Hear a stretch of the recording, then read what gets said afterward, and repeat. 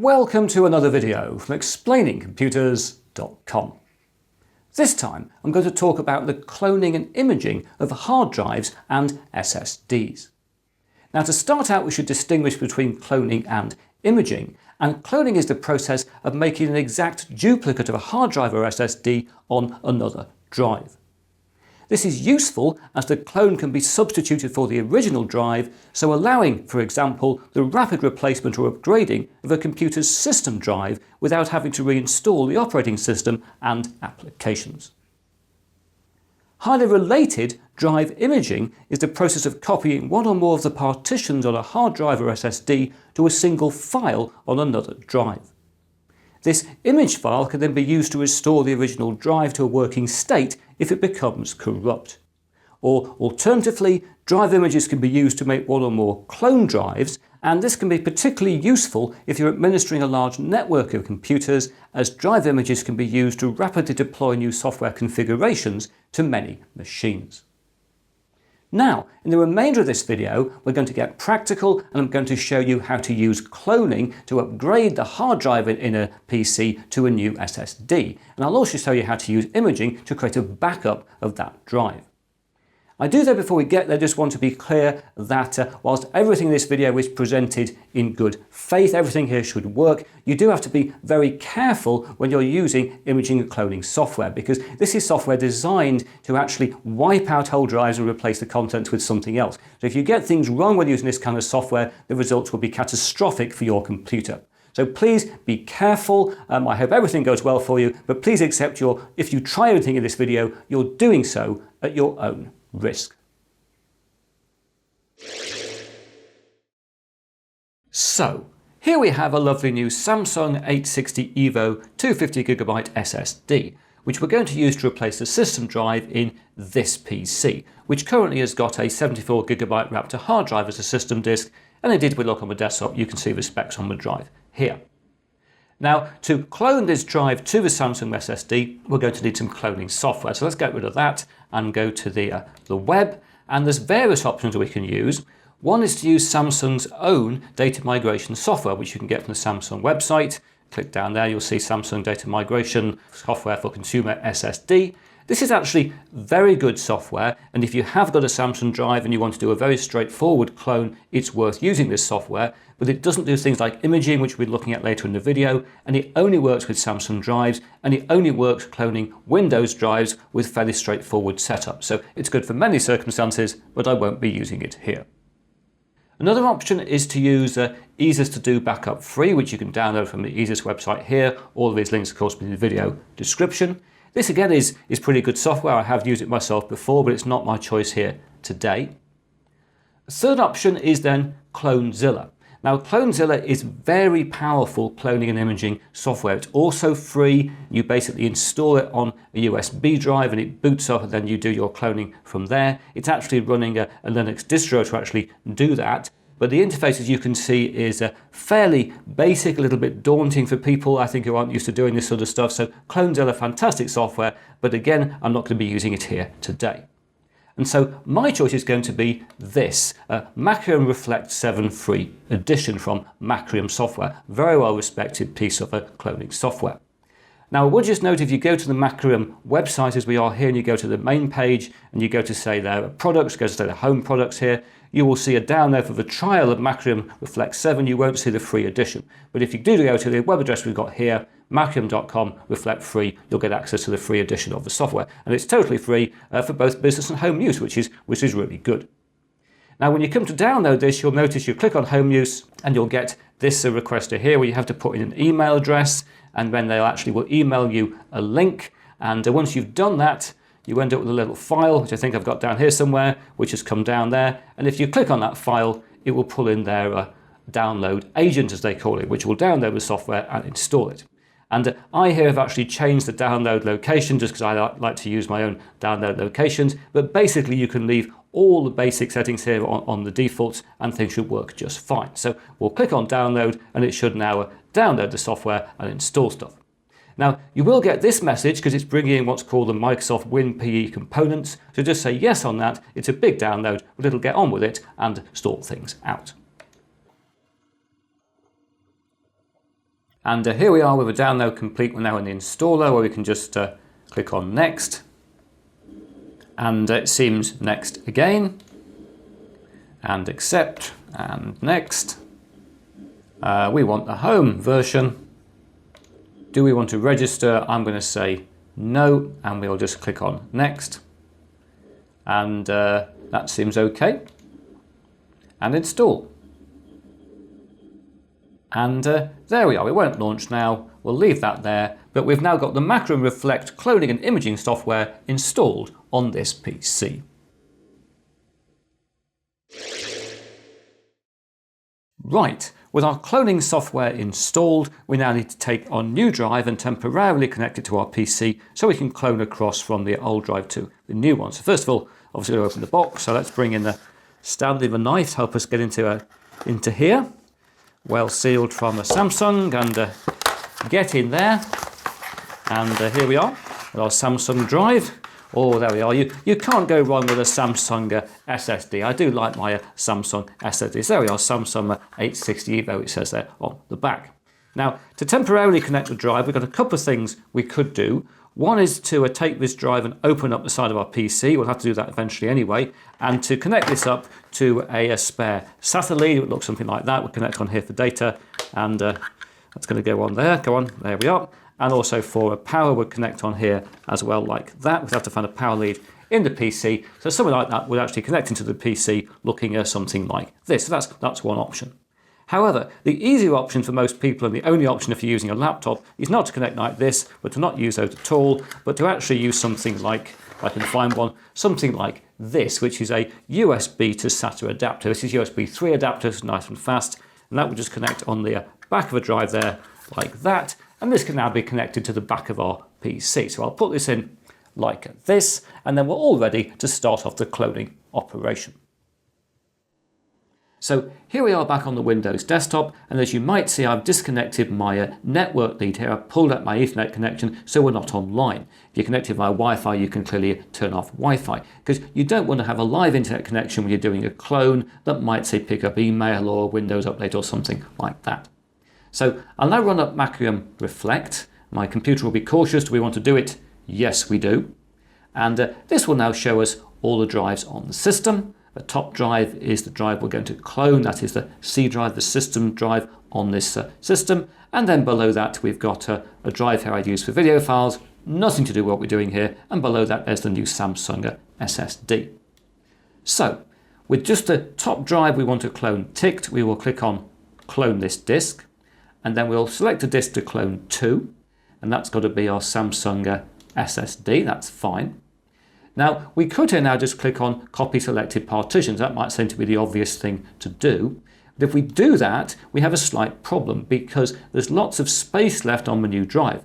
The new drive, as is often the case, is bigger than the old drive. We're going from a 70 gigabyte drive here to a 250 in theory gigabyte drive. So we want to use all this extra space. We actually want all that extra space over here.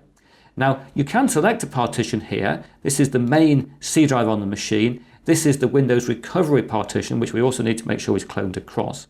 So if we select the main partition, we click on its properties, you can see we can make it smaller, but not bigger. And the reason for that is this partition is sitting there stopping us doing that. And there isn't an automatic function in the Macrium software to get around this. It's great software, Macrium, but it can't deal with that directly. So what we have to do is to click on do, and then we will take the tick off the recovery partition on the end of there, and then do copy selected partitions. Then go into the main partition there and its properties, and we can now make it much bigger. We only want to leave a tiny little bit of space on the end. Don't know exactly how much, about, we try that, just about a gigabyte or so we need left, and OK. And we'll then take the partition, the recovery partition, and drag it down there, drop it in. OK, I've got a couple of gigabytes missing. Never a bad idea to have a few gigabytes spare on an SSD. So everything is now set up, so we can click on the next. We don't want to put this in a schedule, do we? No, that's absolutely fine for now. We'll just leave that as it is. Everything seems to be OK. And I'll click on finish. It'll probably give me yet another requester. Yes, that's what we want to do. OK. And things will start to work. Oh, look, we've got a little message there telling us the clone has started. Now, this will clearly take a bit of time. It's got quite a bit of work to do. So what I'm going to do is to go away and use some alternative hardware to make myself a nice cup of tea and come back when this is all finished.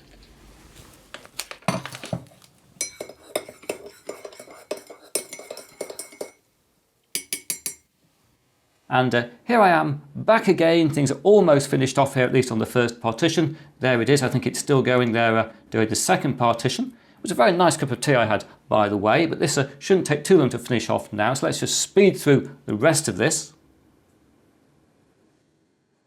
And there we are. The whole clone was finished in about 52 minutes. So I'll close that down there, close that, come out of the software and come out of that. And if we go into my PC, we should see that, yes, there we are. We've got our new drive there. It thinks it's exactly the same, look, even the same name, but this has got a 229 gigabyte drive with 188 gigabyte free rather than 26. That's really good. If we open up that drive, you will see it looks like my old drive, all the files there, Windows and everything else. So what we now need to do is to close down our PC and to physically switch across our drives. So we'll go into shut down Windows and sort out the hardware. And here we are. Here is our drive. We can disconnect the USB adapter. And this now needs to go into the PC to replace the original drive which we've cloned from. And if you've got a laptop, that probably means you have to remove the base, as I looked at in a video a long while ago now, and just flick the drives over. Whereas if you're working in a desktop PC, you'll almost certainly have to take the side off the case and find the bay where your existing drive is secured in. It'll probably look something like this. And you'll have to remove the connectors, the SATA power and data connector, and take the drive out and put the new drive in its place. And if you're thinking, this looks bigger than the SSD we were just working with, well, clearly it is. This is a 2.5-inch form factor drive. So you might have to use a bracket that looks a bit like that, to which you would first screw the drive on, and that would fit in the same place you took out a 3.5-inch drive. However, for me, the system drive on my PC here is actually fitted in a bay at the front, which you can just pull in and out. So I need to mount this in something that actually really resembles a 3.5-inch hard drive, which is this. And this is something I'll have to fit this into, therefore, so I'll get on and do that. Drive just goes in here like this. You can put it in like that. And I need to put some screws in the base. There we are. And so all now I have to do is to take the top of this, and it slots on the top something like this, I think, like that. And I can now take this and remove the existing drive from the PC like this, and slot in the new clone drive like this. And then, crossing our fingers, we can reboot the PC. So here we are coming up again. Hopefully we'll get back into Windows. There might be a slight hiccup because the drive has been switched. We're asking Windows to literally hop across drives, but you never know, it might work first time. And it's looking very, very good. And yes, here we are back in Windows. So I can go to this PC and yes, we've clearly booted from that drive, or we had to have done, don't we? And there we are. We'll go and do properties on that drive. You might remember we did that on the machine a while ago, and we're now back with the same space used up pretty much, with 192 gigabytes of free space. So we have successfully cloned a drive and used it to upgrade this PC.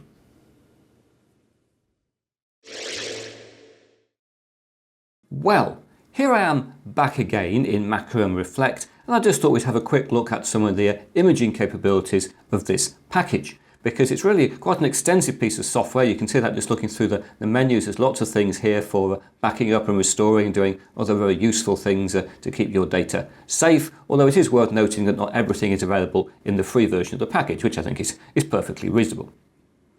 Anyway, we wanted to create an image of a disk, in other words, a file containing everything on the drive rather than putting it onto a different media as we did with cloning. We could just select a drive just as we did previously and click on Image this disk, and then we'd have to give it a location. I plugged in my Quadra D2 hard drive, external hard drive for that purpose, and I've put a directory onto that which we're going to use. And then all we have to do after that is basically follow through as we did previously with a next. Again, we can schedule everything, which is a very sophisticated backup solution to keep images whenever you wish to, but we'll leave that for now. And there we are, everything's okay, and we can click on Finish. Do we want to do this? Yes, we do. That's all absolutely fine. Loves to check. and the thing again will work on through, and again this will take some considerable time. So I'll come back to you when this is all completed. And now here we are, it's nearly finished, almost at the end. We'll just skip on through the last little bit. And there we are, it's finished. The image has been completed successfully in, well, an hour and 12 minutes. And I always like to have a look because that's the sort of person I am. So let's just go back to the desktop, go to this PC, and we can hopefully see in Quadra, and I put it in where we are, test rig backups. And there we are, we have our file, a 28 gigabyte file, which is the image of the system drive on this system. That's a compressed file. And you can do all kinds of things with that. If we go over to the Restore tab here, that clearly allows you to work with restoring images. So if we wanted to put that image back onto a new system drive, we could go to Restore Image, and it's exactly the same process we've seen previously, except we're now restoring to the drive. I won't actually write that back over my Samsung drive again, but you could do that. And it's also worth noting there's various utilities that come with Macrium Reflect, so you can get back from a failed system to do that restore, or of course you could do it on another computer. And it's also worth noting you can actually open a backup file in Windows. You can go to Open Image in Windows Explorer. We could say attach the C drive sitting from the image to this machine and go OK. And that would work. And oh look, it's hopefully opened up our G drive here, which is now another copy of our system drive, this one running from the image we've just created. So there we are. That's hopefully given you a bit of an insight into the creation and use of drive images on a PC.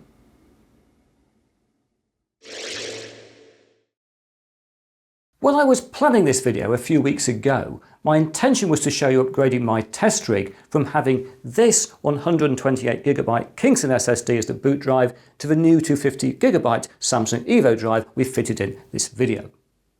However, things didn't quite go to plan because last week I was using the test rig and Windows gave me a write error and froze. I had to reset, it wouldn't reboot into Windows. I got my recovery media out, tried to come back from recovery media, Windows wouldn't do that, and eventually I concluded and then confirmed that this drive had failed. It was completely dead. This drive does simply not work at all now. That can happen to an SSD. And therefore what I had to do in my case was to go to my cupboard where I had a clone of this drive, the 74GB Raptor, which I put in, and which was the drive I showed you upgrading from in the video. And this, I hope, is a very good example of the fact that if you have clones of a drive around, your life is so much easier if you have a catastrophic failure. When this thing sort of died, I said, dearie, dearie me, a few other words like that, but all I had to do was to take out this drive, swap it for the clone I had in the cupboard, and I was running again very rapidly. Now, OK, Windows took about 3 or 4 hours to bring in lots of updates because the clone was a few months old, but basically things worked again. And I hope one of the messages you take from this video is that cloning and imaging isn't just about being able to upgrade to a new drive or to deploy new configurations across a network. It's also a great way of backing up your system drive to a clone or an image. So if you have one of the inevitable failures that happen in computing, you can recover from that failure fairly painlessly.